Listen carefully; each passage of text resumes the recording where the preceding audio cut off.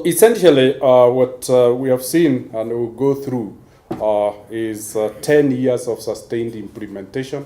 But we want to acknowledge that Vision 2030, although has been implemented for 10 years alone, we substantially benefited from the economic recovery strategy for wealth and employment creation that was implemented for 5 years. It laid a solid foundation. We didn't need to dig the foundation, it's just build on it.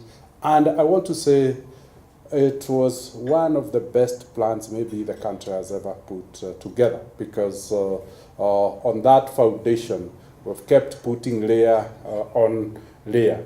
And the continuity of the team, the NESC team that developed that and then developed the plan, almost shows continuity then for a period of 30 years. So I want to really acknowledge the great work that has been done.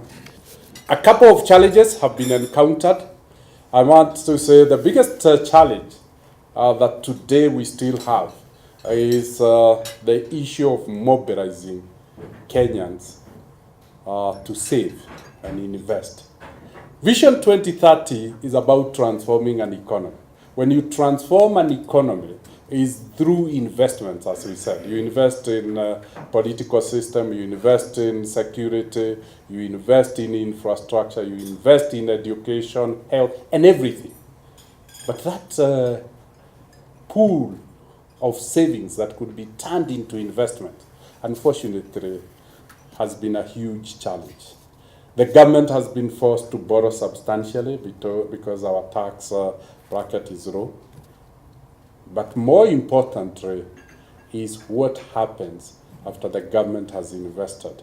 Kenyans don't seem to have significant savings to turn the opportunities into investment. And the question is, was this transformation about foreigners, or was it about Kenyans? And that is the biggest debate.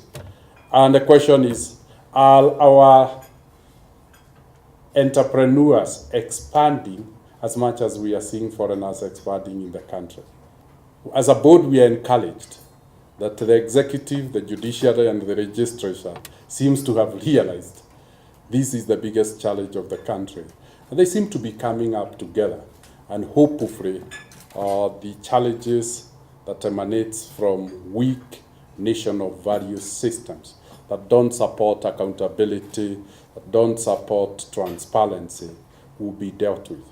The cost of corruption must be made high so that people are deterred. It's unfortunate that we have to use deterrent measures as opposed to value systems that deters people from doing the wrong things. In a modern society, it is values that hold people together.